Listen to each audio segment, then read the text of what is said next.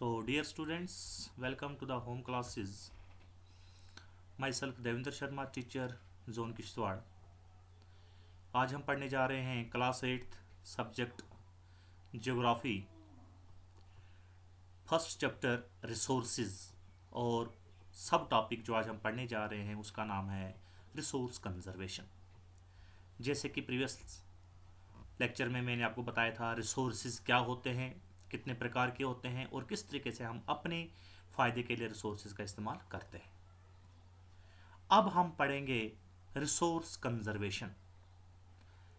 इससे पहले कि हम रिसोर्स कंजर्वेशन के बारे में पढ़ें, हमें ये पता होना चाहिए कि रिसोर्स कंजर्वेशन का मतलब क्या है. सो यहाँ पर कुछ एक दो डेफिनेशंस मैंने बताई हैं.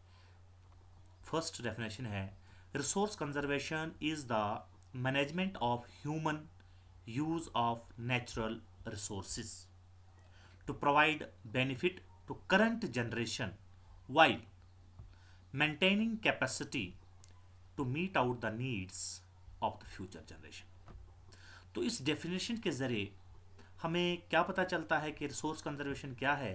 तो रिसोर्स कंजर्वेशन बोलता है कि हम जो रिसोर्सेज, ख़ास तौर पर जो नेचुरल रिसोर्सेज का हम यूज़ करते हैं, उनका हमने इस्तेमाल जो है बड़े मैनेजमेंट और केयरफुल तरीके से करना है.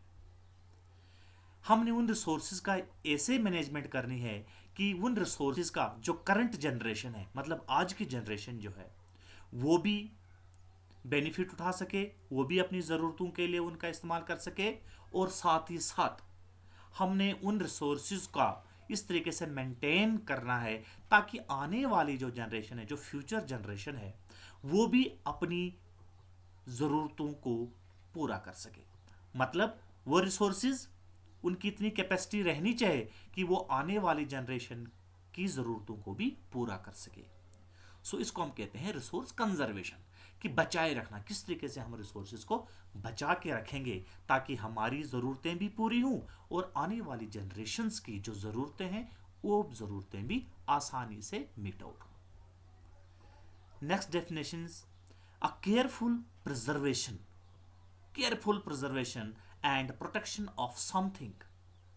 किसी भी चीज़ की, किसी भी रिसोर्स की हमने प्रिजर्वेशन बड़े ढंग से, केयरफुली उसका ढंग से प्रिजर्व करना है और उसकी प्रोटेक्शन भी करनी है. खास तौर पर specially planned management of natural resources to prevent exploitation and destruction of the resources. कि हमने नेचुरल रिसोर्सेज को, खास तौर पर जो नेचुरल रिसोर्सेज हैं, उनकी प्रिजर्वेशन बड़े केयरफुल तरीके से करनी है, उनकी प्रोटेक्शन भी इस तरीके से करनी है, और मतलब कि प्लान तरीके से हमने उन रिसोर्सेज का इस्तेमाल करना है ताकि हम उन रिसोर्सेज को एक्सप्लॉयटेशन और डिस्ट्रक्शन से बचा सकें. एक्सप्लॉयटेशन होता है एक्सेस यूज ऑफ एनीथिंग, मतलब ज़रूरत से ज़्यादा जब हम किसी चीज़ का इस्तेमाल करें, इसका मतलब वो एक्सप्लॉयटेशन है, वो चीज़ जो है ज़ाया हो रही है. डिस्ट्रक्शन मीन आने वाले समय में अगर हम केयरफुल तरीके से रिसोर्सेज का इस्तेमाल नहीं करें तो वो डिस्ट्रक्ट हो सकती हैं, तबाह हो सकती हैं, बर्बाद हो सकती हैं. So these are the two definitions जिससे हमने रिसोर्स कंजर्वेशन के बारे में बयान किया. अब अगर हम अपने प्लेनेट अर्थ की बात करें, अर्थ नेचुरल रिसोर्सेज, अर्थ के ऊपर जो नेचुरल रिसोर्सेज हैं, जो कुदरती रिसोर्सेज हैं, वो दो किस्म के होते हैं. जैसे आइदर नॉन रिन्यूएबल या फिर रिन्यूएबल. तो अर्थ के ऊपर जो नेचुरल रिसोर्सेज हैं दो प्रकार की हैं. एक रिसोर्स होता है जिसको हम रिन्यूएबल रिसोर्सेज कहते हैं, और एक प्रकार की रिसोर्स होती है जिनको हम नॉन रिन्यूएबल रिसोर्सेज कहते हैं. नॉन रिन्यूएबल रिसोर्सेज जैसे कि such as minerals, oil, gas, coal, petroleum etcetera, ये होगी नॉन रिन्यूएबल रिसोर्सेज. मतलब एग्जॉस्टिबल, एक बार जो यूज होगी फिर वो खर्च हो जाती हैं और उनको दोबारा रिन्यूड होने में हजारों साल लग जाते हैं. रिन्यूएबल रिसोर्सेज दूसरी ओर वो रिसोर्सेज जैसे कि water, fisheries, agricultural crops and timber etcetera, ये रिन्यूएबल रिसोर्सेज हैं. तो these are the two types of resources present on the earth, जो नेचुरल रिसोर्सेज के बारे में अगर हम बात करें. अब हमने इन रिसोर्सेज को, जो जैसे कि हमारा टॉपिक ही है रिसोर्स कंजर्वेशन, तो रिसोर्सेज को कंजर्व करने के लिए, रिसोर्स कंजर्वेशन के लिए हमें क्या चीज फॉलो करनी चाहिए, व्हाट टू फॉलो। ये तीन, it is time to apply 3R। ये देखिए यहां पर मैं हाईलाइट कर रहा हूं 3R ऑफ द एनवायरमेंट।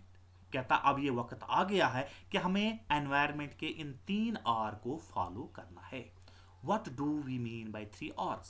ये 3Rs किस चीज को रिप्रेजेंट करते हैं? So first R reduce, second R means reuse, and third R means recycle. सबसे पहले हम बात करेंगे अगर रिड्यूस की। रिड्यूस मतलब कहता है, रिड्यूस का मायने है कि हम अपनी लाइफ में जो भी नेचुरल रिसोर्सेज का इस्तेमाल कर रहे हैं, उन नेचुरल रिसोर्सेज की जो कंजप्शन है उसको हमने रिड्यूस करना है। रिड्यूस मतलब कम से कम इस्तेमाल करना है, ज़रूरत से ज़्यादा इस्तेमाल नहीं करना है। अगर हम उसकी इस्तेमाल में रिडक्शन लाते हैं तो वो रिसोर्सेज जो हैं थोड़ी बहुत कंजर्व हो जाती हैं फॉर द फ्यूचर जनरेशन। दूसरा हमने फॉलो करना है रीयूज। रीयूज का मतलब होता है use the things again and again, once, twice और थ्राइस। फॉर एग्जाम्पल, एक रिसोर्स का अगर हम इस्तेमाल करते हैं तो वो उस रिसोर्स को हम दोबारा भी इस्तेमाल कर सकते हैं second time. For example, grocery bags, waste water या प्लास्टिक, कुछ आइटम्स होती हैं जिनको अगर हम एक बार इस्तेमाल करें तो हम दोबारा भी उनको अपने अदर पर्पसेस के लिए या सेम पर्पस के लिए इस्तेमाल कर सकते हैं। इससे भी जो है हम रिसोर्सेज को कंजर्व कर सकते हैं। Third, recycle. Recycle means convert the waste into reusable material. कोई भी मटेरियल, कोई भी चीज जो हम एक बार इस्तेमाल करते हैं, बाद में हम उसको क्या करते हैं, आमतौर पर हम उसको फेंक देते हैं, तो वो वेस्ट कहलाया जाता है।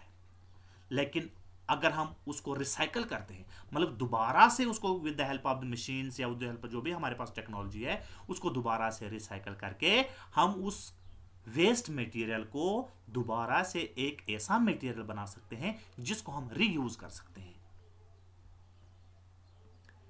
इसका फायदा क्या है? It can reduce the consumption of fresh raw material. तो रिसाइकल बीन का सबसे बड़ा फायदा क्या है कि जैसे भी हम कोई प्रोडक्ट इस्तेमाल करते हैं, कोई भी रिसोर्स इस्तेमाल करते हैं, हम उसको फेंक देते हैं, लेकिन अगर उसको रिसाइकल किया जाए तो इससे जो फ्रेश रॉ मटेरियल होता है उसकी बचत हो जाती है, जो कि एक सबसे बड़ा प्लस पॉइंट है। तो ये थी इंपॉर्टेंस 3R की, रिड्यूस, रीयूज, रिसाइकल।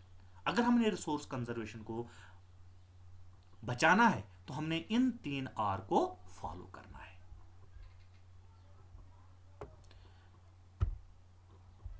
नेक्स्ट है व्हाट टू डू।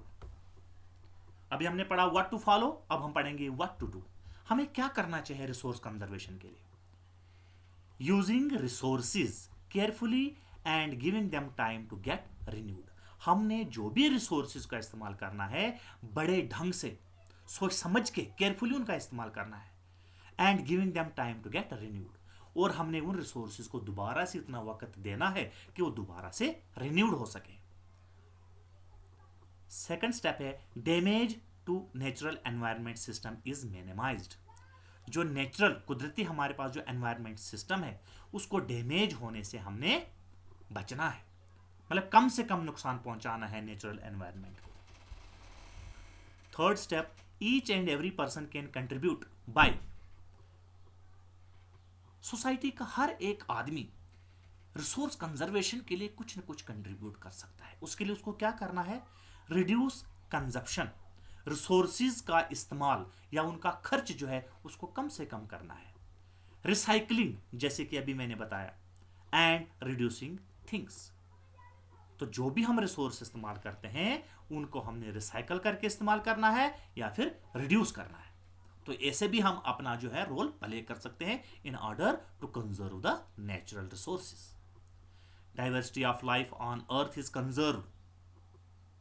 तो जो भी अर्थ के ऊपर जो लाइफ है, डाइवर्सिटी मतलब मुख्तलिफ भिन्न भिन्न किस्म की लाइफ यहाँ पर जो है एग्जिस्ट करती है, उसको हमने कंजर्व करना है। Improve the quality of, next है improve the quality of human life. हमने अपनी लाइफ को इंप्रूव करना है as per the requirement, as per the time, as per the हालात के हिसाब से अपने आप को इंप्रूव करना है। नेक्स्ट है minimise the depletion of natural resources. दिन ब दिन जो नेचुरल रिसोर्सेज डिप्लीट मतलब खत्म होती जा रही है, कम होती जा रही है, हमने उनको रोकना है।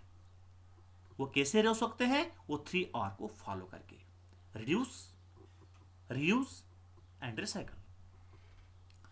Last, sustainable development for generation, future generation. तो हमने खास तौर पर जैसे हम पढ़ रहे हैं रिसोर्स कंजर्वेशन, ये रिसोर्स कंजर्वेशन हमारे लिए इसलिए ज़्यादा ज़रूरी है क्योंकि हमने अपना भी देखना है और साथ ही साथ सबसे ज़्यादा इंपॉर्टेंट है फ्यूचर जनरेशन के बारे में भी हमने ध्यान रखना है। तो हमने सस्टेनेबल डेवलपमेंट की तरफ तवज्जो देनी है। अब इस सस्टेनेबल डेवलपमेंट होता क्या है, तो नीचे इसकी डेफिनेशन भी है, तो इससे ज़्यादा क्लियर हो जाएगा। It is development that meets the need of present. Sustainable development एक इस तरह की डेवलपमेंट होती है जो कि प्रेजेंट की जरूरतों को पूरा करता है without compromising the ability of future generation to meet their own needs. मगर आने वाली जनरेशन की कैपेसिटीज, उनकी जरूरतों को कोई नुकसान ना पहुंचाए, उनकी जरूरतें भी पूरी हों, तो उनके साथ कोई कंप्रोमाइज नहीं होना चाहिए। उसी को हम कहते हैं सस्टेनेबल डेवलपमेंट। तो in simple words, sustainable development इस तरीके से हमने काम करना है, ये डेवलपमेंट होती है जिससे प्रेजेंट जनरेशन की ज़रूरतें भी पूरी हो जाए और आने वाली कुछ जनरेशन जो है उनकी ज़रूरतें भी पूरी हो जाए। तो ये थे कुछ steps, what to follow, what to do in order to preservation of the resources, खास तौर पर नेचुरल रिसोर्सेज। तो इस तरीके से आपका ये पहला चैप्टर का ज्योग्राफी जो है, रिसोर्सेज जो हमने पढ़ा था, ये यहाँ पर समाप्त होता है।